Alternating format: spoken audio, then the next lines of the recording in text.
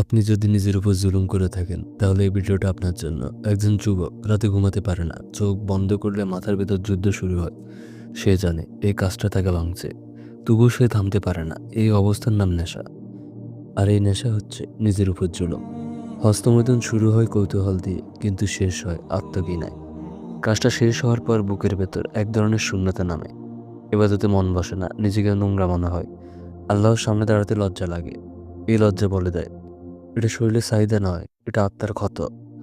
কোরআন আল্লাহ বলেন, নিশ্চয়ই নফস মানুষকে মন্দের দিকে টানে।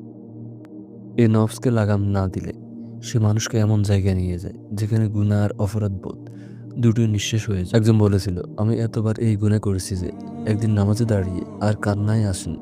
এই অনুভূতিটা সবচেয়ে ভয়ঙ্কর, কারণ কান্না না আসা মানে হৃদয় শক্ত হয়ে যাওয়া। হস্তমৈথুন শুধু শরীরের ক্ষতি করে না, এটা ইমানকে ধীরে ধীরে খেয়ে ফেলে।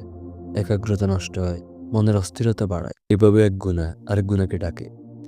এটাই জুলুমের চেইন। আর সবচেয়ে বড় মিথ্যা হলো সবাই তো করে, এতে এমন কি? কোরআন আল্লাহ বলেন, তোমরা নিজেদের হাতে নিজেদের ধ্বংসে নিক্ষেপ করো না। নিজেকে ধ্বংস করার নামই তো জুলুম। কিন্তু আসার কথা এখানে শেষ নয়। যে ব্যক্তি এই নেশার বিরুদ্ধে লড়ছে সে খারাপ নয়, সে যোদ্ধা।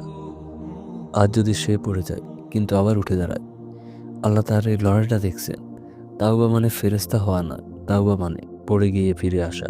আজ যদি আপনি মনে মনে বলেন, হে আল্লাহ, আমি নিজের উপর জুলুম করেছি, তাহলে জানবেন এই স্বীকারোক্তিটাই মুক্তির প্রথম দরজা। নিজের বিরুদ্ধে যুদ্ধ থামান, নফসের দাসত্ব ভাঙুন। কারণ আপনি নেশার জন্য জন্মাননি, আপনি সম্মানের জন্য সৃষ্টি।